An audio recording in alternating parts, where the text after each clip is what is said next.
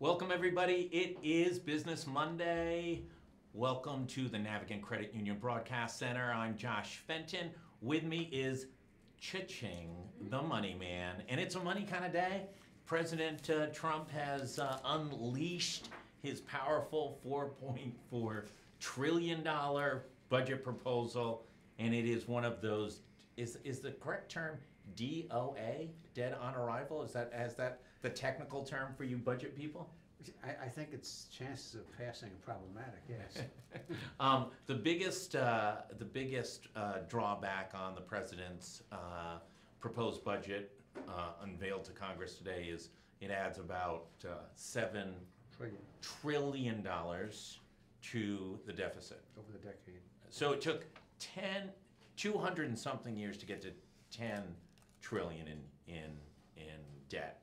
And then it took Obama 8 years to get to the next, doubled it to 20. And then Trump, always the competitive guy, says he's going to functionally add another 10 billion to it in just 2 years. Well, see, Obama was at 8 years and he doubled it. Yeah.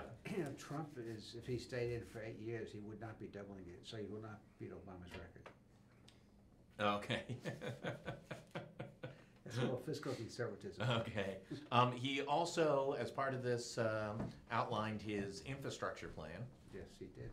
And I think way back in November, December after the election of 2016, there was some belief that the infrastructure initiative would be the kind of thing that could bring both political parties together, would put people to work, it would repair roads and bridges around the country, it would be a shot in the arm economically, and it would clean up some of the messes from the infrastructure that's built up really over the last 30 years. And that doesn't seem to be particularly inviting either. No, I'm very wary when I look at the bill. Just for a second to talk about what's in the bill. It's $200 billion.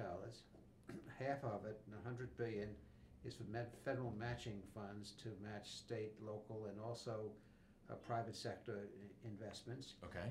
But the matching is different. The old Highway Trust Fund, normally the feds put up 80, the states roughly 20. This will reverse that. There's not going to be a massive amount of federal support.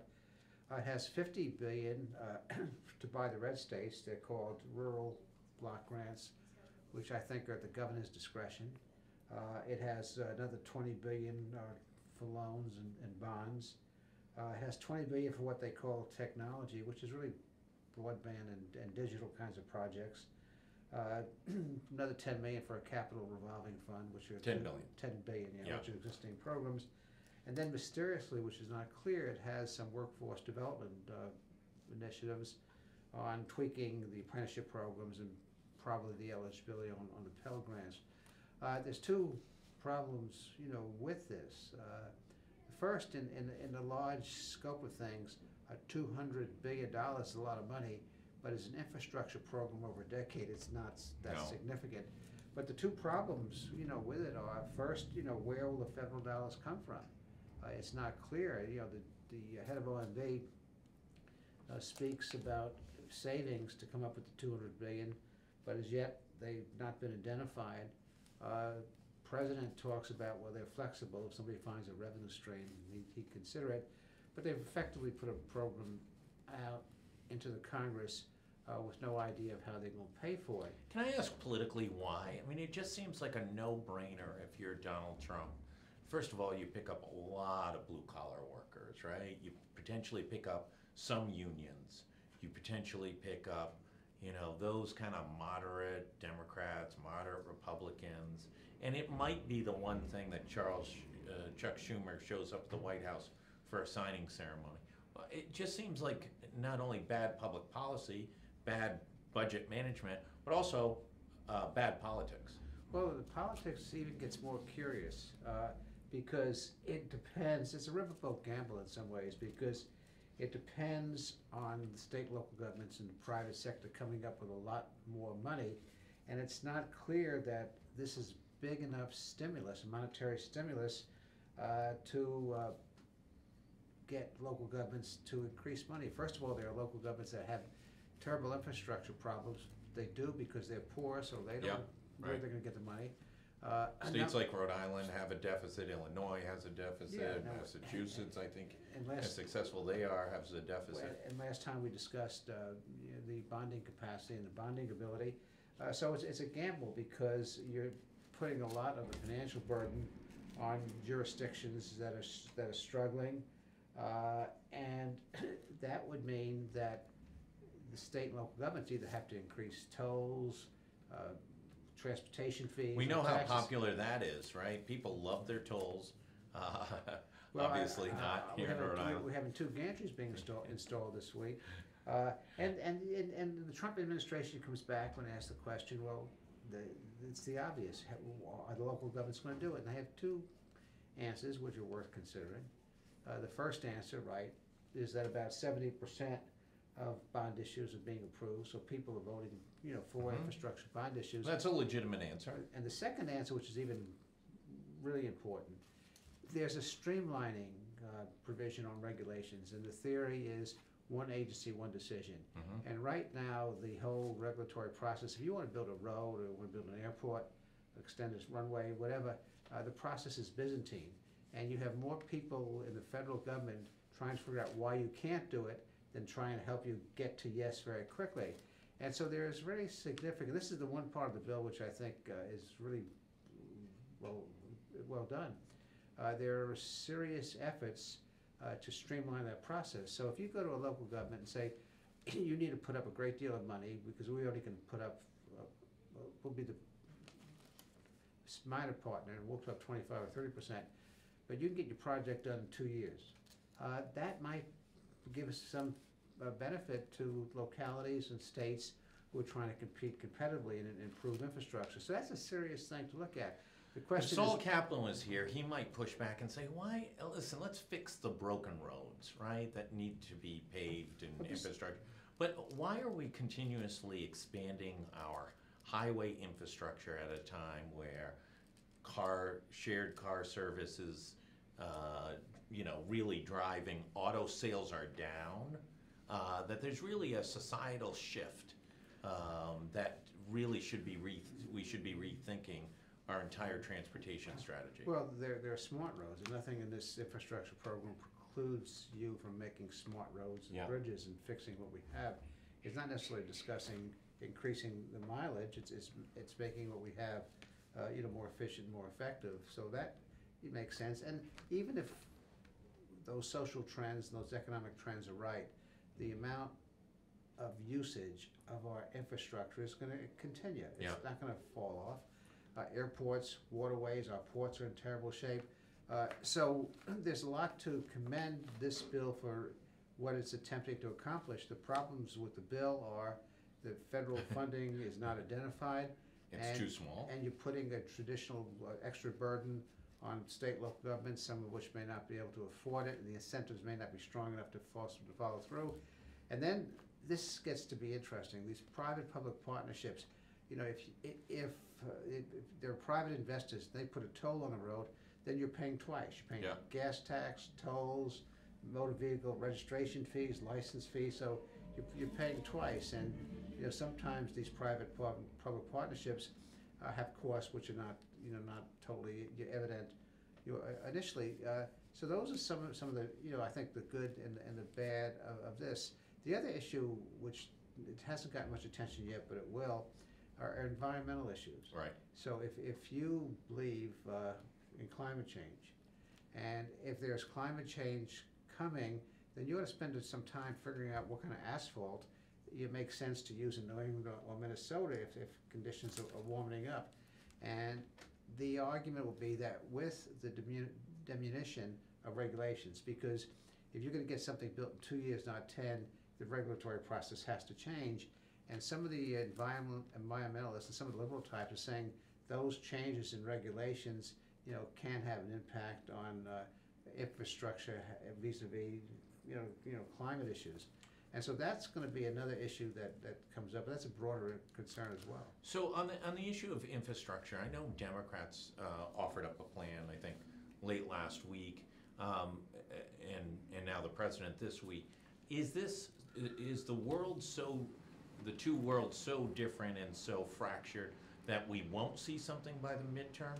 Or do you think this is kind of like tax reform, where whatever the outcome will be, we can't predict that, but they're gonna pass something this year? Well, to some of us, tax reform was the 11th commandment. Yeah. Infrastructure is not the 12th or 13th commandment. But, yeah, I think you've got to look at it two ways. One way, the president threw out a lot of ideas. Right. He didn't throw out much legislation. Yeah. Democrats, look at a way to tax and spend, and that has its political limitations as well. But the salvation may be there, or the death. There are 11 committees in both the House and the Senate that have to deal with this legislation. They all have a piece of the action. Right. And so it may be such that there's agreement on infrastructure, that there's agreement on the certain things in a certain direction of the president's proposal, and then the normal legislative process will sort it through, and something will emerge. So It's funny, in, I want to say December of 16 or January of 17, I think it was before the president was inaugurated. If it was in January, the Kansas City Star got a copy of a working PowerPoint from the president's transition infrastructure group. And it's functionally this bill. I mean, it literally almost has the exact same framework as a year ago. He hasn't developed it much further. No, when you look at the quality of the work, you have to be wary, you have to be disappointed, because there are too many obvious questions that are still waiting for answers. And the approach of this administration, which I think is a little bit unfortunate, is to talk about direction, to put in proposals that are directional, and then let Congress battle out and fix it. So it's not impossible that Congress can't come to some resolution on the infrastructure program, but no one in Washington right now is connecting the dots. The Tea Party is dead. They're going to have to wait in a few weeks, I think. So we passed tax. I thought it got renamed the Freedom Coalition, or what's the? Well, I'm thinking of fiscally conservative stuff. Yeah. But we had tax cuts, which will add about $1.5 trillion to the deficit. We just had a budget deal, which will add again to the deficit. We're spending about $300 billion more than was the original intent. So we're about $2 billion. Yeah, and now we have this bill come up. Well, it's like Pierre DuPont used to say, a president's Congress can do anything, but they can't do everything. And there's a question of priority. So we have an administration that was committed to tax reform, was committed to health care reform, was committed to infrastructure. Where are those voices? They were a little bit moderate, but they were also on the right. Former members of the Senate, it was, Alan Simpson and Warren Rudman, former U.S. senators. There was always a Democrat or two mixed in there. They had their think tanks and their groups calling on, warning about the increased costs and the vulnerability from having so much debt held by mostly China, and what that has an impact on, not only in times that are good, but especially in times that are bad, where the Chinese could really wreak havoc with our economy and our national security. Are those voices just completely muted, both on the left and the right now, or are they in the game? Well, they're getting more back into the game. They were out of the game. And think about this for a while. On the Democrat side, the party has moved so much to the left that if you were a fiscal conservative in the Spook Jackson mode, or even the Hubert Humphrey mode, going back to the good old days, you were quieted down. Bill Clinton ran with the Democratic Leadership Council. The Democratic Leadership Council was supposed to be the Tony Blair moderates in the Democrat Party, taking over from some of the more liberal, progressive elements. Well, the party is polarized. In the Republican Party, Trump has, I think, made it very difficult to define what a conservative is anymore. And I'm talking about traditional fiscal conservative, free trade, balanced budgets, everything that you were taught in school. That Trump is weakened those people. But what's happening now is there are problem solver groups coming together in the Congress, both Democrat and Republicans are members. And you don't always agree with them on each issue, but there are about 25 people in the Senate right now, and I go them from Susan Collins to Portman and in Ohio and Yeah. Coker, he's leaving in Tennessee, who are starting to say, no, we gotta talk about where the reasonable center is, or the right of center is on some Is of your these- guy Marco Rubio in that group? Well, he is responsible for the child care credit, the earned income We'll tax give him credit. one, yeah. He's always been a reasonable voice on immigration. He's calling them like he sees them, and there's more. So there are more senators, and calling them like they see it. Not a majority.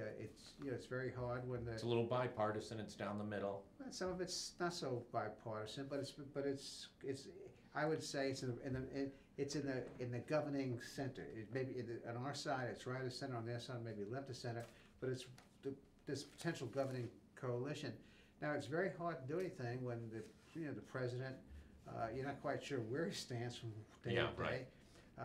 Where the party apparatus, at least in the Republican Party, excuse me, is controlled by the president. The RNC is controlled by the president. The Democratic Party, nationally, with Perez as chairman, is it's no thing to bring home for Northern for Thanksgiving. No. And so those are the real things. We're going through a change, but I think you are beginning to see the seeds. It's not totally effective yet of people coming forward and say this crap has to stop. We have to figure out how we can work with each other and compromise. And I think a good example, and there are parts of it that I don't like and parts of it the other side doesn't like, but the agreement on the budget, the 2-year extension. You think about that for a second. Republicans were willing to agree to extend CHIP funding for 10 years. Right. They were agreed to spend more on the disaster relief programs. The Democrats agreed to increase defense spending at a greater rate than growth in domestic spending. There was an increase in the deficit. No one likes that. But at the end of the day, there was not a chance in Hades that there wouldn't be an extension of the CHIP program, and you wouldn't fund the disaster. And Right. there wasn't a chance that the Democrats could hold up, meaningful, funding of our defenses, which have, gone backward in terms of the kind of forces and the quality that we need. So that was a good example. That was an example.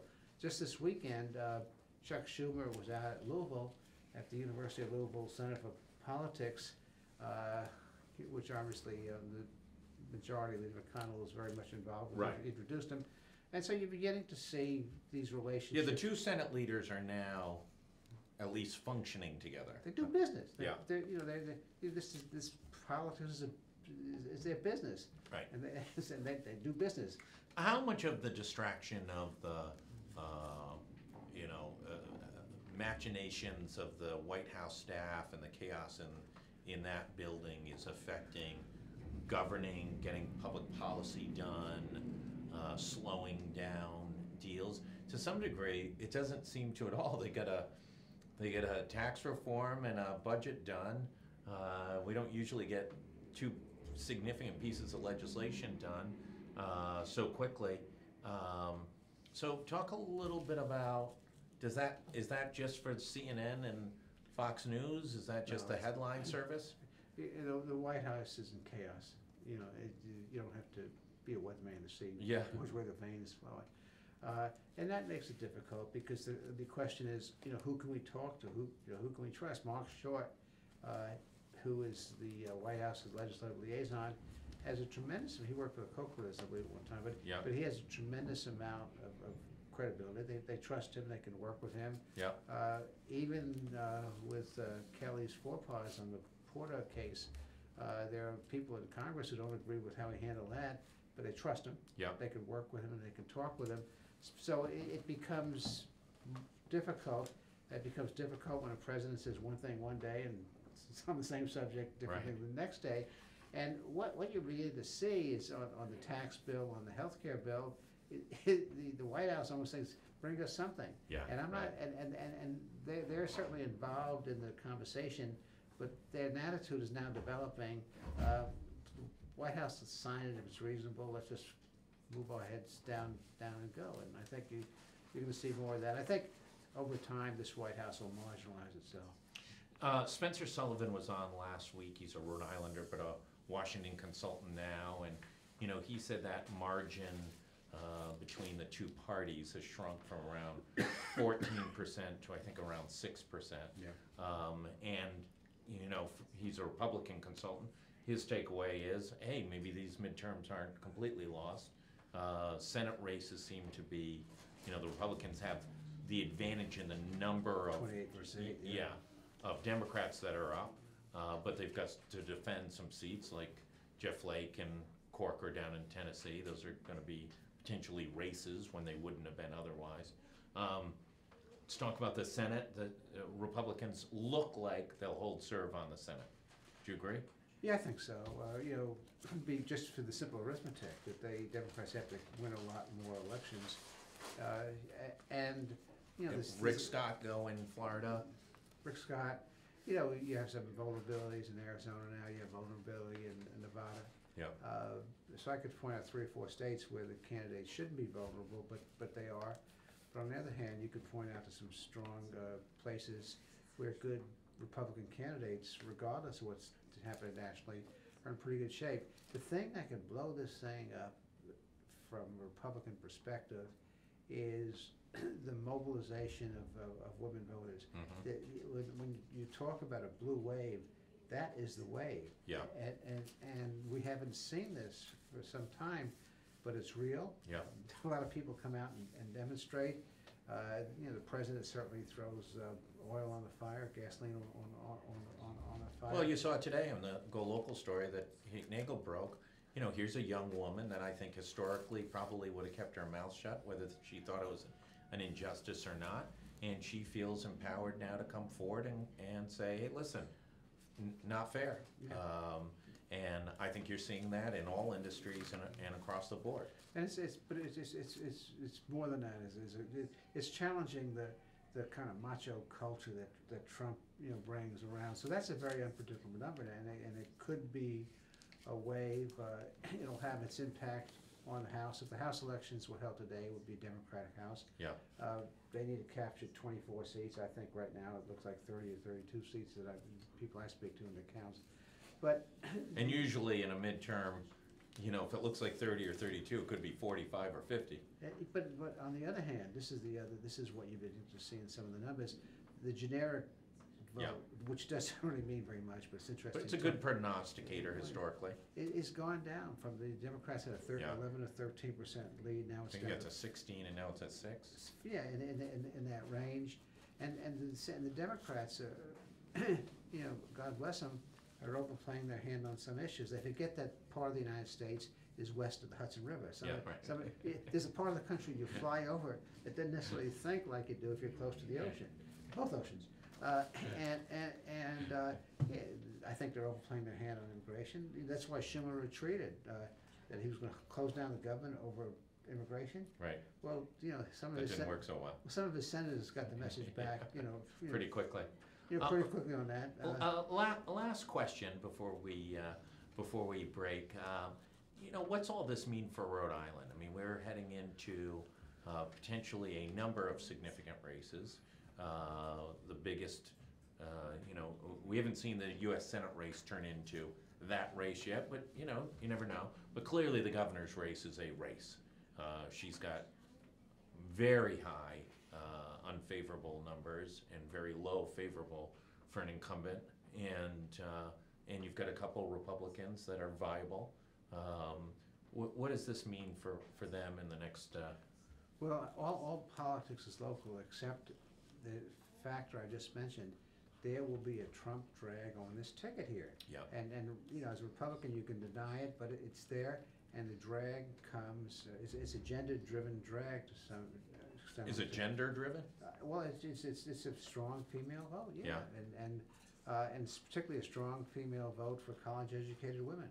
I know a lot of college-educated women where I come from who never voted Democrat. They certainly did vote for Roy Moore in Alabama. Yeah, right. It's a series of just fumbles and bumbles and insults. So nationally, that has to have an impact. You know, Trump's presidency in this state, which has probably approval rating in the 25 to 30% That's exactly what it does. range. Yeah. It is a factor. So you can't dismiss those factors. And if the governor, the incumbent governor, doesn't have a primary challenger, I don't know if she will or she won't, that'll be pretty clear. Somehow they'll get together. The other factor is politics is local. I would think that both of the Republican candidates for governor are viable candidates. They're knowledgeable people. But with the third party, You never know. I got to tell you, if the third party candidate, who is the face of Trump in the state, Yeah. gets 10% of the vote, Gina Raimondo's favorability doesn't have to change one iota. Right. She will be reelected governor. I want to thank the Money Man for coming on to the Navigant Credit Union Broadcast Center. We're going to take a 1-second break. We're going to have Michael Harrison up with Talkers Magazine. I think he's trying to Skype in right now, and we'll be right back.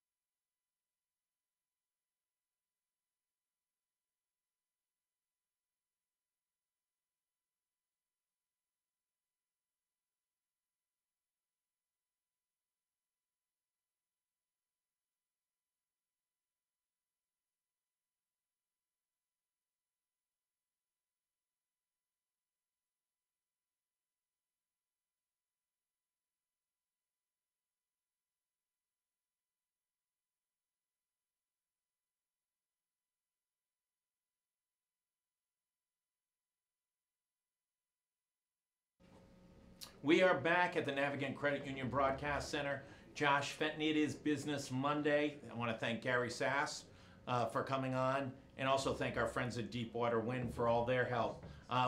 Right up next is Michael Harrison from Talkers Magazine, sort of the Bible of talk radio industry across the country. Michael, welcome. Great to be with you again, Josh. You're almost a regular. You almost get one of those jackets on Saturday Night Live. Almost. Almost. We're working on it. We're working on it. Right. Let's talk a little bit. A lot is going on in the media industry across the board. Whether it's the Boston Herald's bankruptcy, but I want to kind of have you on and talk about radio a little bit. Let's first go to Boston. Sports media, which is a big play in New England, winning teams, usually not a lot of controversy about this or that, has absolutely turned into chaos over the past few weeks. And WEEI, an Entercom station, has been at the forefront of it. They have a deal with Tom Brady where he comes on every week. One of their hosts insulted his daughter. This week, one of the former Patriots who's a host on WEEI insulted Tom Brady's agent. Doesn't seem like smart business for a station. You're breaking up on me. It's hard. Are we losing you? Michael, are you there? We are losing Michael. We're going to take a couple-minute break, and we're going to see. Christian Fourier, am I correct? Are you there? I'm here. Can you hear me? I was losing some of what you were saying there. We have a bad Skype connection, unfortunately. So can you follow me? Can you hear me? I can hear you great. Go like that if you can't. Okay, good. Sports radio is like talk radio. People say things sometimes that are foolish. We're talking about the Yee situation. It was very, very foolish, very unfortunate. And, it's a nightmare for the radio station when something like that happens, because it's so politically incorrect that it goes beyond the boundaries of what talk radio or sports talk radio flirts with. They flirt with the boundaries of political incorrectness. But if you just go over the edge and you do something that is blatantly racist in an effort to be funny, uh, what can you do? I mean, it's just an embarrassment. And from what I understand, they've suspended Fourier, and he was very contrite about it. It's just one of those things that happens. He said he thought he was being funny. You know, sometimes when you're in that situation and you're grabbing for something to be provocative or to be funny or just to be entertaining, you make the wrong decision. I don't want to say the guy is not a seasoned broadcaster. He comes from football. A lot of great broadcasters come from football. Sure. It's you know I feel sorry for him, and especially since he's apologized. It happens. It's just happened at a time right now where there's a whole bunch of things happening. So suddenly it looks like there's chaos in Boston sports and media. Earlier in the week, Ben Volen, who's a big star sports reporter at the Boston Globe, called out WEEI and claimed that they had tried to set him up with a false story, similar to Ron Borges was caught misrepresenting a story and has subsequently been suspended and may be fired. Is sports radio so concerned about keeping ratings, driving ratings, that they're really, either on the fringe or over the fringe in some of this stuff? Great question. And what I have found, because I know radio talk show hosts very well all across the country. I know them personally. I mentor a lot of them. They tell me their stories, they tell me their issues. And I have found that there is a huge difference, not everybody, but just generally speaking, between sports talk show hosts and sports talk radio and other kinds of talk radio, news talk radio, or any kind of radio at all. Sure. It is highly competitive. Yeah. And the sports talkers, they kind of think they're jocks. They engage in a much more brutal form of trash talk. They talk about kicking each other's ass and beating each other in the ratings on a level that there's not the same type of camaraderie among them that exists between competitors in other kinds of radio. Yeah. So it really is a blood sport, and a lot of them take it, my opinion, way too seriously. One of the things that I enjoy is when broadcasters who are in competition with each other get together and there's nobody around. They tend to be, there's a brotherhood and a sisterhood that does not exist for the most part in sports talk radio. It's a different culture. Let me ask you a question. Every year you rank the top 100 people in talk radio, your Talkers 100. How many of those are sports people? It used to be that there were a small percentage of them were sports people, but as sports talk radio became bigger and bigger, for the last 3 or 4 years, we have a separate heavy 100 for sports talk radio. It's the biggest sub-genre of news talk radio or talk radio. Right. So we have a heavy 100 just for sports talkers now. And I know how they respond when somebody they don't like or a competitor is ranked above them, whereas the news talkers are they're a little bit more casual about it. They go, well, maybe next year, or why him? They get violent. They're scary. It's dealing with sports talk radio is a whole different animal. You live in New Hampshire, is that correct? Are you in New Hampshire? I live in Massachusetts. Oh, you're in Massachusetts. Do they drive to your home and threaten you? Right now, at the moment, I'm in Florida. Oh, good for you. Well done. Yeah.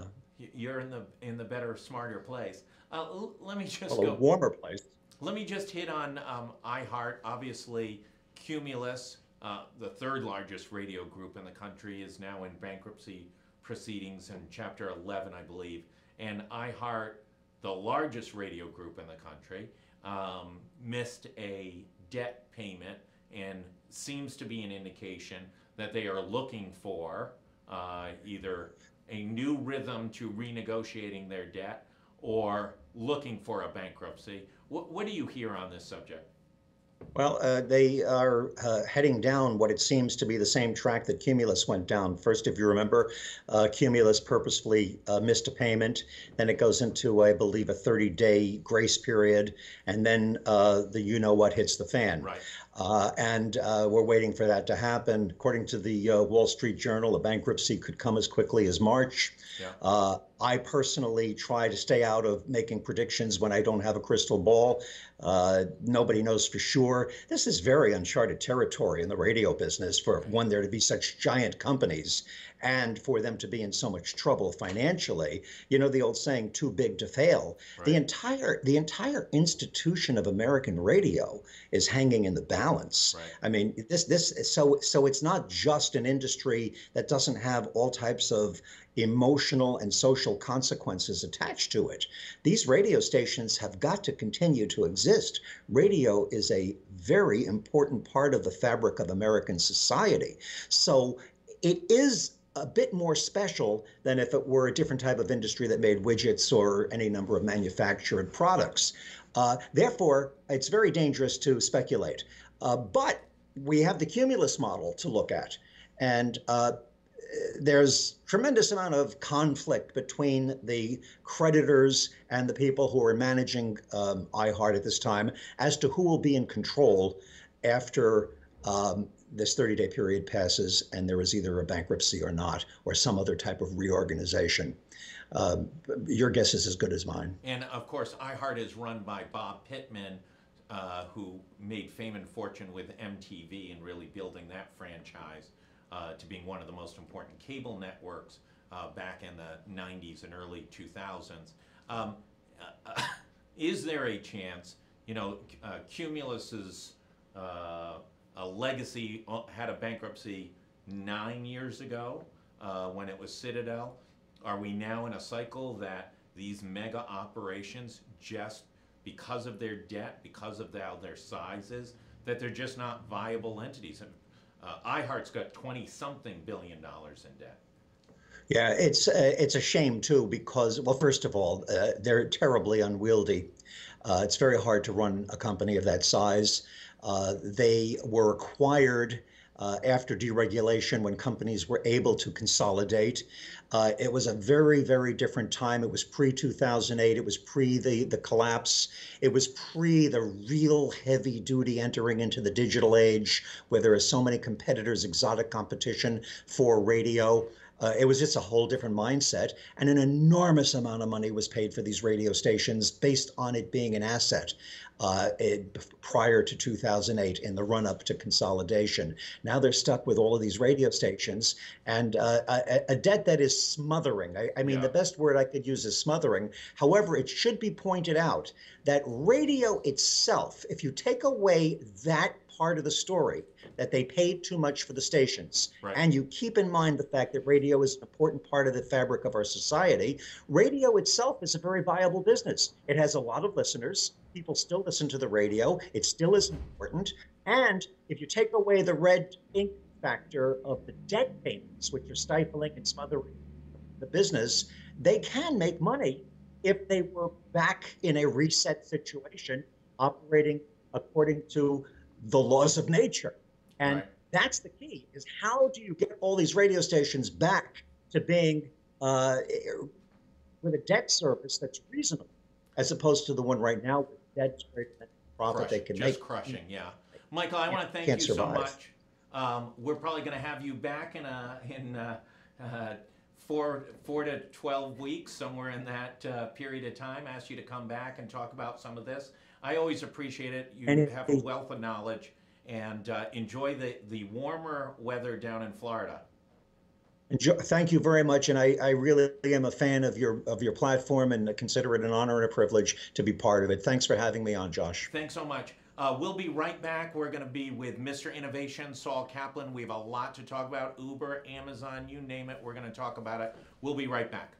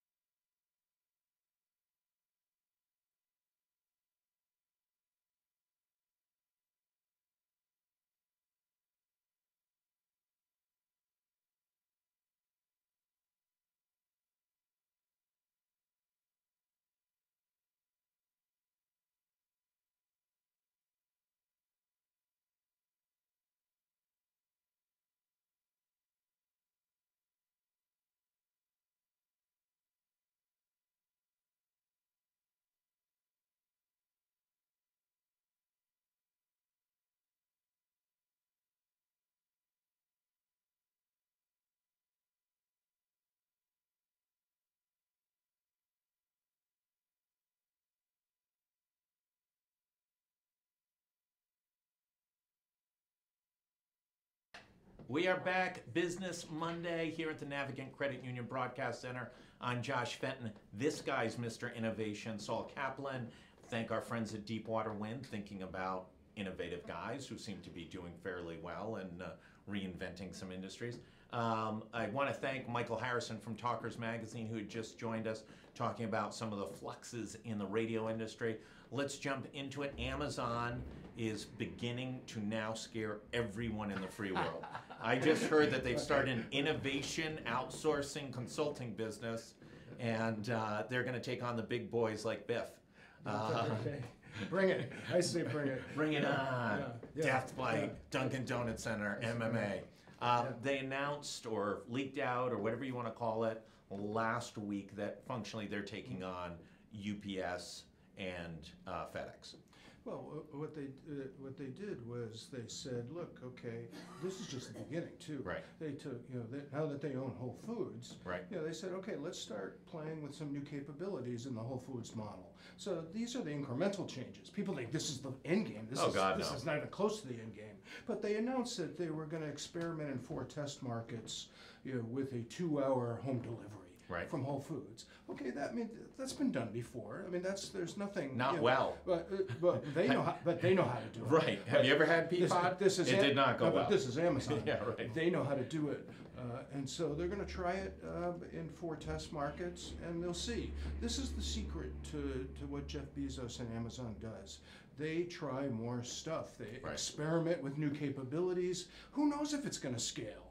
Right? Who knows if it's going to work the way they put it out in the test market, but they're going to learn how these capabilities can change the customer shopping experience, right? And they're just going to keep trying more stuff, and when they find stuff that works, then they'll scale it. So we'll see. So of course everybody looked at that, and if you're in the supermarket business, you're already plenty worried about being disrupted, so now all of a sudden the ante starts to go up. I think this is just the beginning. I think they're going to experiment with all kinds of new capabilities and models, whether it's the folks who want to touch produce in a store, or it's online, or some blended model that we don't even know about today. They're literally going to bring grapes to your house and let you try out a few and then deliver the ones that you select. If they can deliver it economically and the customer wants it and values it enough to pay for it, you can bet on one thing. Amazon's going to try it to see if it works. And this is what we don't do as innovators, right? We think we can analyze our way to the future, and it's a generative act. We have to try. And that's what Jeff Bezos does. I'm sure a lot of what he does doesn't work, right? And some of what he does works. He focuses on initiatives that aren't going to make money, for 3 or 4 years. He's trying to play with this stuff, right? He's trying to play with the stuff to see what delights customers, and they'll worry about making money later, and the market loves it, right? So the market bids up his stock anyway. So the most undervalued stock, even during the sell-offs, he was still going green. He's already the most wealthy man in the world, right? I mean, do we think he's stopping at $100 billion? Do we think he's going to slow down, take the foot off the pedal? I don't think it's about money for this guy. No. Right? I really don't. I think this guy's on a mission, to completely reimagine, the way we shop, the way people supply goods, the way people buy goods, and he is all about the customer, right? What's the customer experience like? And if it works for the customer, then we can figure out how to do it economically. He's not about the short term, what drives the stock price. He's willing to make, and has demonstrated, you're absolutely right, 10-year horizons, where he's told his shareholders, this is not about short term. If you're going to own our stock, you're doing it because you believe in our vision and what we're doing. I mean, it sounds like common sense, right? But much easier to say than to do. Absolutely. And much harder for incumbents, to figure out what's how to the stock react to trading it. at? $1,400 a share or something like that? I mean, it seems to be. It's a pretty amazing story, and it seems like almost every single week they're playing with a different capability, whether it's the Amazon Go stores and changing the checkout process, or the two-hour delivery. Just, you're going to start to see them, or the healthcare thing that they're talking about. They're just going to keep experimenting, right? That's the mantra: experiment all the time. So let's talk about. I'm going to jump over to Elon Musk, Okay. who good. is had a rough quarter. and can't seem to be able to produce the cars that he's promised he's going to produce. Is he in a different situation? Is he a little over-promise, under-deliver versus Amazon that seems to test things before they roll them out? Yeah. I mean, well, he's he's more flamboyant. He's more out there publicly. You know, he is one of these guys who, you know, it's amazing the boldness of his visions. I mean, we just came off the week, you know, where, you know, the Falcon, the Falcon Heavy rocket. I don't know if you saw that. I'm a space geek. I was glued to my computer screen. People in my office were looking over like, what the hell is he looking at? Right? I had to watch this thing live. It was one of the most amazing things I've ever seen. They strapped 3 of those Falcon rockets together. Right? You know, and it's not just that they figured out how to get the thrust to take this thing up, which is unbelievable. They're the most powerful demonstration, you know, of thrust ever for one of these rockets. It was the thing that even impresses me more is he figured out how to land these things so they can reuse the parts, which will drive down the cost of travel, you know, into space. That is absolutely mind-blowing, and he did it. So this guy takes a bold vision, right, and then he just moves towards it. So, you know, let's take the Model 3. Yeah. Right. So big, bold vision. You know, they have just to describe. It's a new Tesla under $40,000, mid 30s. Yeah. It had been promised to produce 10x this quarter, and they produced half an X. So let's take the different aspects of this. First of all, they got 500,000 orders for this thing. Right. That people that paid a deposit for a car that they have no path to be able to make it that volume. How amazing is that? 500,000 orders, right? This stock is valued as a software company, not an automobile manufacturer, which is part of his secret because he can raise money. They have, before we talk about the production schedule, you know, they have 6 months worth of cash. He doesn't have to raise any more capital. So this is not some urgent. But at some point, he's got to get people their cars. So I believe, and you know, I've seen people on both sides of this argument. I happen to believe, you know, that they're going to overcome the hurdles. You know, they're going to start ramping up production. They need to do it. You're right. They promised they would do it. A lot of people put. But they weren't off by. They weren't off by 20 or 30%. They were off by like 90 something. No, they produced like 2,500 cars. You know, when they need 500,000 cars, right? Yeah. So you can't get there from here. You know, you probably have to ramp up production. At some point, there's a class action suit. It's just called a fraud. Yeah, and the reason, the bottleneck in this thing is the power source, the batteries. You know, and how they package the batteries into the chassis of the car, right? If you believe what you read, they now have a pathway to fix the problem. They're saying they're going to be able to make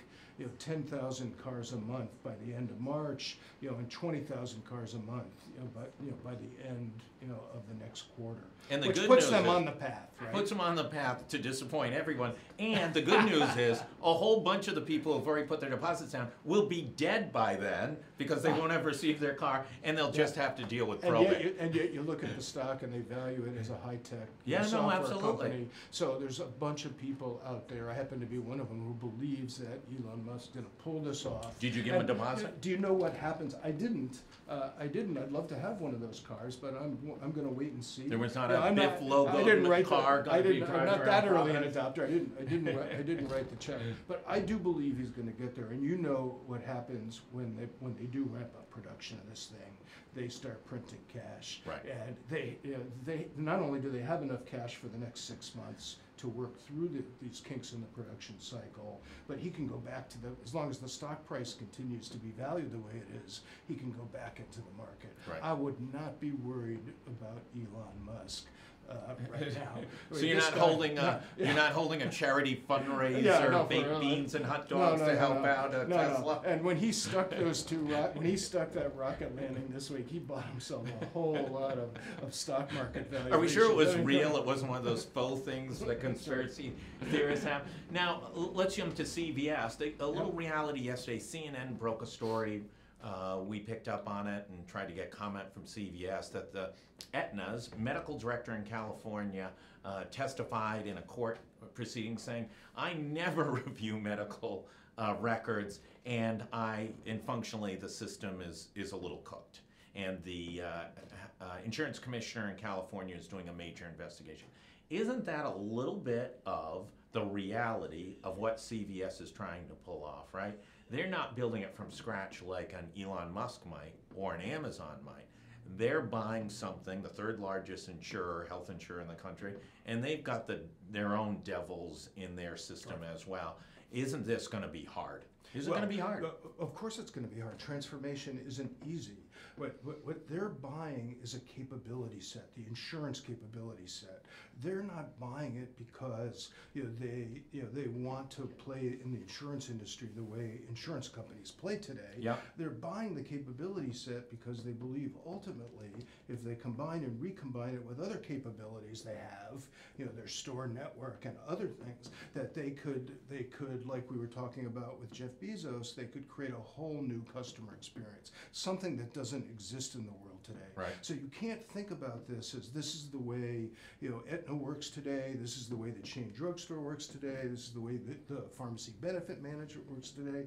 All of those are interesting businesses in their own right? But there's a pretty standard business model for how those things work. Yeah. And they can drive efficiencies in there. They can take some costs and share some infrastructure, on the back end. But the real play here is the business model innovation. It's completely transforming the customer experience and the equation. It's delivering better healthcare outcomes, for the same or less money. Why aren't we seeing other healthcare giants in that M&A world gobbling up all sorts of creative, interesting things to try and compete with CVS and Aetna, whatever Amazon, JP Morgan, and Berkshire Hathaway is going to do, et cetera, et cetera? Why hasn't that yet? Maybe it's in the midst of trigger a whole bunch of transactions that could. A lot of what's happened over the last 5 years has been what I call share taking, right?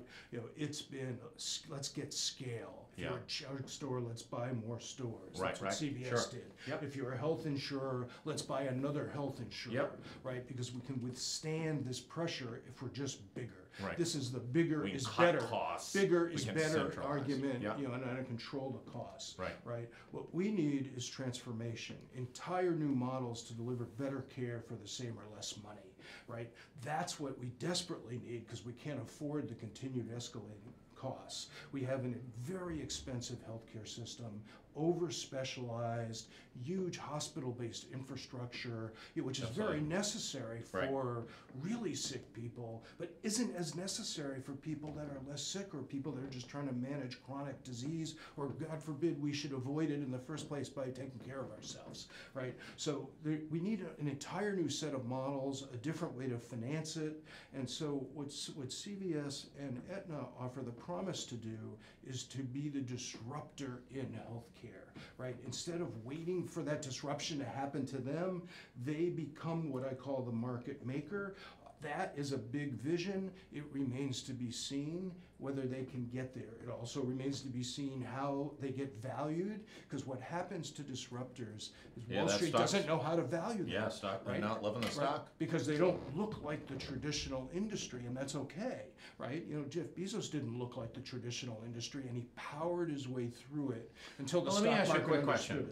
So Hasbro just became the largest toy company in the country, overtaking Mattel, and they transformed themselves somewhat quietly over the last 15 years by becoming an entertainment company. Right. Amazon organically grows these things more so than takeovers, although Whole Foods would be an exception. Could CVS have built their own insurance company internally without bought Aetna? Yeah, sure they could have if they had more time. I think the worry about Amazon. I think if you start early enough, yes, you can absolutely do that. You don't have to go out and overpay, versus the market price. Although in this case it's accretive, because it's a smaller but higher margin business, so it helps them, in the short term. But no, you don't always have to make an acquisition. But when you get into the position where you need a very strong signal to change the conversation on Wall Street, sometimes an acquisition can really help you. Sometimes it gets you to the capability set in an accelerated way, but I think history will show us, that a lot of these things have been more talk than they've been realized value, right? Because they just end up doing what the old industry model did and creating this conglomerate with different silos, and they don't really learn how to put new business models into the marketplace. They don't do the market making, right? I'm rooting for CVS Health to be able to do this with Aetna. It remains to be seen whether they can do it quickly enough, and whether they can take advantage of both things, right? Driving efficiencies into Right. the existing business, Absolutely. while at the same time reinventing the way healthcare is When you done. pay $69.9 billion, Right. you gotta find some efficiencies. No, absolutely. It's a both and, Right. I think if they just cut back on those long receipts and make the type much, much smaller, and everybody got tiny little micro receipts. There you go. And then that would drive up the eyewear business as well simultaneously. Let's jump over to Uber. Uber just paid Waymo $245 million. Peanuts, my friend. Yeah, what's $245 million? They wanted $1 billion. They wanted $1.8 billion. They wanted $1.8 $1 billion first, and but they got it cheap. And it didn't even cost them cash. It's in Uber stock. It's a $72 billion market cap. What a deal! stock. You rip off your and competitor. They used paper to settle this thing. Okay, but they right? stole their IP. Right. Well, okay. So here's the thing. There's a lot interesting about this deal. So But- it's okay What? to steal someone's intellectual property as long as you cut a good deal on it on the way It's up. not clear that they did. We'll never know. They never settled it. What the new CEO of Uber did, which I think is really smart, for what I think is short. Because he money. is not the one Right. who stole it. Right. Stop. Right. The know-how for artificial intelligence, which everyone has. This is part of the problem. Waymo, which is the Google thing that was on the other side of that suit, right? This is the problem, right? If you think that you're the first mover in the technology space, in this case for autonomous vehicles, right? Correct. Driverless cars. If you think you can win this thing just with tech, without a business model, you're wrong. And I think what happened this week is the new CEO of Uber said, we got to get this behind us. It's distracting, Yeah. right? And for short money in the grand scheme of things for them, when your market cap is 72 billion, you can afford some paper to get Just this thing out of court. $245 million. Plus, it was embarrassing to be in court because the previous CEO was in there yakking, which is what he always did, right? And it was embarrassing. Like, enough of this. So they settled it. I think it's interesting, one, because I think it's a smart move for Uber, right? That the new CEO can deliver a different message in the marketplace and get this distracting thing behind him. If you're Waymo, right, they had better start getting on with the business model, because if they think they're the first mover anymore, No. this isn't about what employees went and took the company goods. I think that personally, I think that's overblown. I think there's a lot of people who know how to write software and use artificial intelligence, right? I think Listen, the iPhone came out in 2007 after what, 5 years of development? Competitors had it, whether they stole it or not, like a week later, right? I mean, there's no barrier. There's no tech barrier. This is about When you- combining and recombining capabilities and technology, and you better get on with it. If you think you're going to protect the IP and win off of solely off of an IP position, No. I don't think those are the waters we're swimming in now. Right? Not that you're not going to fight to protect your IP. Of course you are. But if you think that's the winning strategy, right? The winning strategy is more folks who know how to repurpose technology to change the customer equation. And there are so many ways to put this software together and this technology together, that gets around these patents. Like, I don't think you're going to win this game, with IP lawyers. We got a minute left. Are you having Biff this year? You gotta Of course have. we- yeah, of You're course gonna we are. have it. Of course we are. September 13th and 14th. September 13th and 14th. And we're already Same venue? If you go to our website, you'll see. I think we've named the first third of the storytellers. Every year. Who's the it's biggest name you've got so far? It's the Grand Tees. We just added Prince Charles Alexander. This guy's got 3 Grammy Awards, 35 platinum records. He went from an incredible artist during the funk era, funk on hold, right? Before it got George Clinton-esque? before funk was eaten by hip hop. Yeah. Right. He repurposed himself as a sound engineer. right? And then started working with Puff Daddy and produced a lot of his records and did the sound engineering with all this new technology.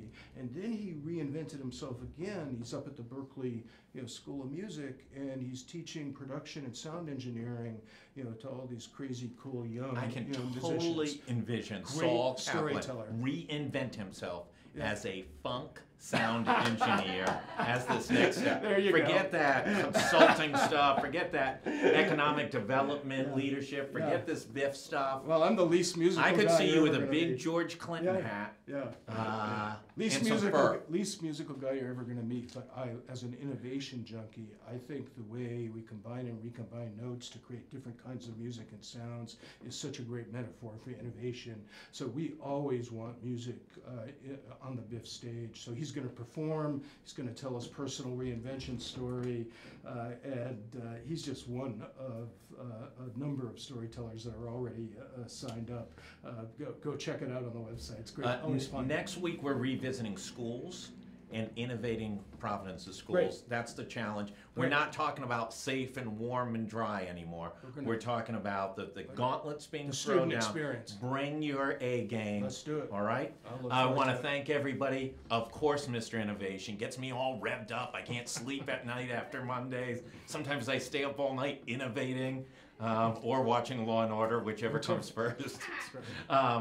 Want to thank our friends at Deepwater Wind, one of the most innovative companies going, and of course Navigant Credit Union for supporting us in the broadcast center. Tomorrow, Ava Gaudette, 3 to 4, and 4 to 5, Kate Nagel, who has promised a rock'em sock'em hour from the 4 to 5 hour. We'll be back. Thanks everybody for tuning in.